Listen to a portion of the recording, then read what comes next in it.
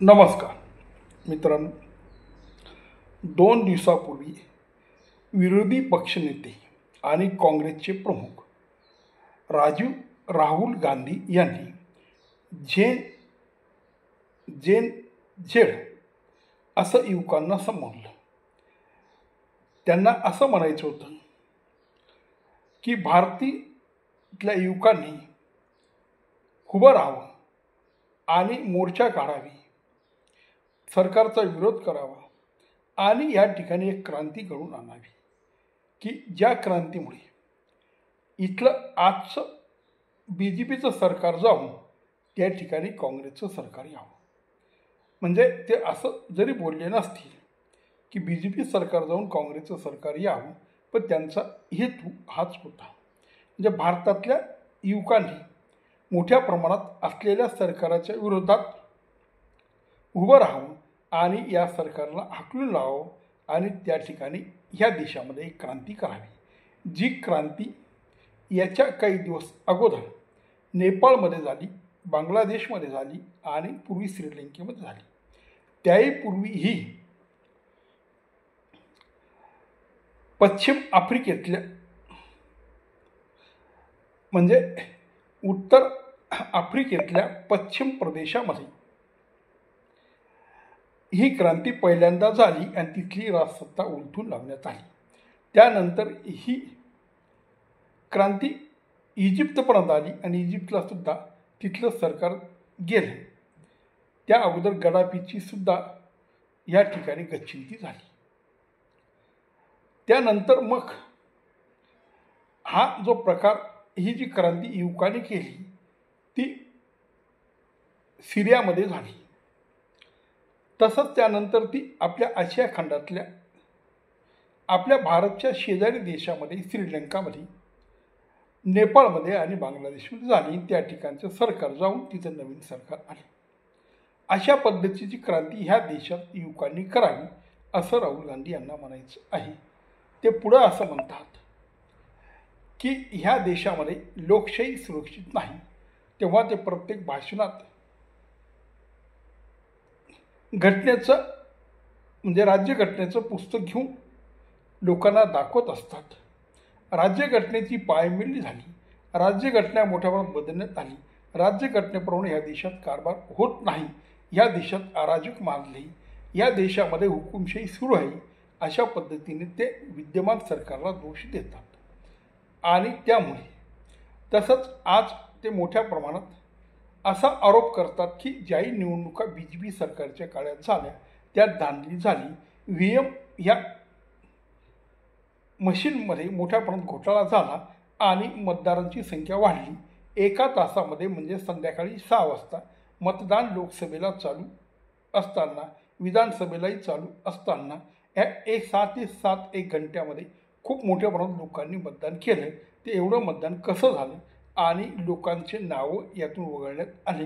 विशेष म्हणजे निवडणूक आयोगाने अल्पसंख्याक समाज, आदिवासी समाज याच्यातल्या लोकांची नावं वगळली असं सरळ ते आरोप करतात.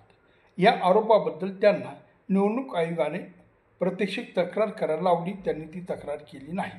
त्याच पद्धतीने त्यांना BJP आणि बाकीच्या लोकांनी पोलीसमध्ये जायला लावलं, पोलीस केस करायला लावली, ती त्यांनी केली नाही.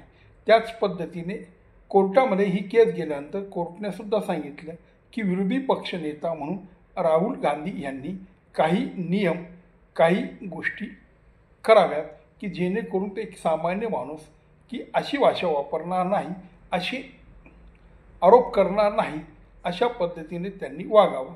पण याचा कशावरचाही परिणाम त्यांच्यावर झाला नाही आणि ते आजही आरोप करत आहेत. मोठमोठ्या मिटिंगा घेत आहेत, प्रेस कॉन्फरन्स घेत आहेत आणि प्रत्येक ठिकाणी ते निवडणूक आयोग कसं दोषी आहे, निवडणूक आयोग कसं BJPच्या अंडर आहे, ते कशा पद्धतीने BJPला फायदा मिळवून दिलं, अशा विचाराने त्यांचं बोलणं आहे. खरं तर मित्रहो, जर त्यांनी जेन झेड अशा पद्धतीने युवकांना संबोधून त्यांनी असं सांगितलं की युवकांनी भारतात क्रांती करावी. खरं तर मुळात त्यांचा जो सामाजिक परीघ आहे, त्यांचा जो राजकीय अभ्यास आहे, त्यांचा जो देशावर ज्या पद्धतीने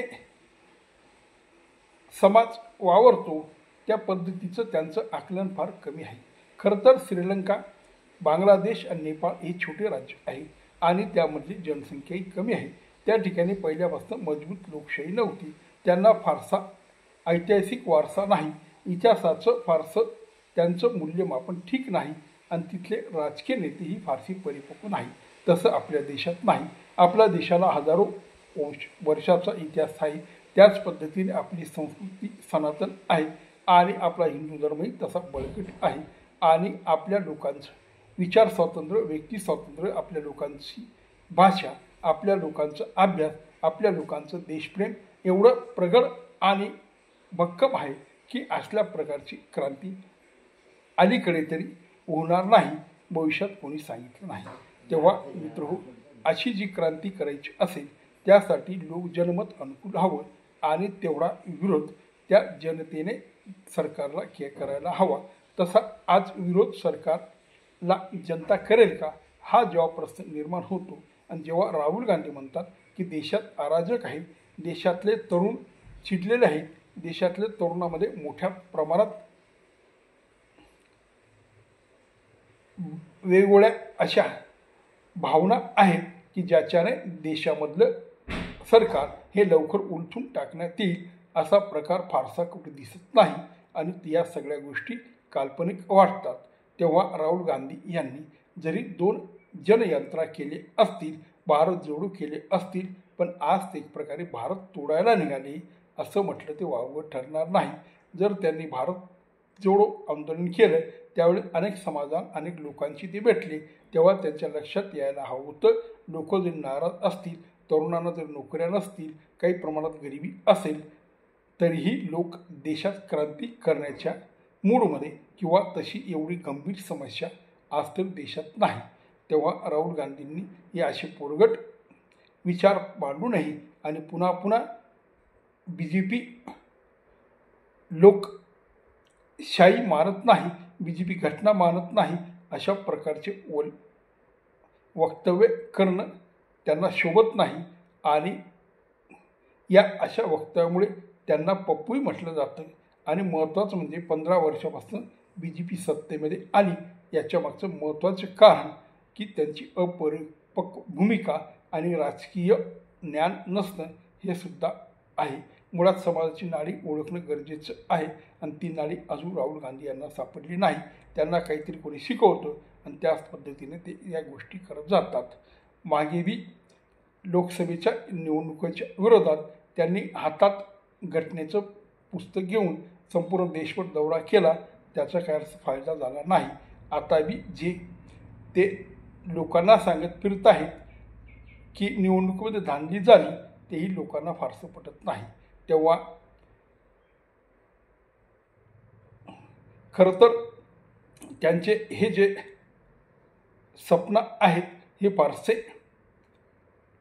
प्रत्यक्षात येणारे नाही. तेव्हा या देशात क्रांती आज तरी होणार नाही. नमस्कार.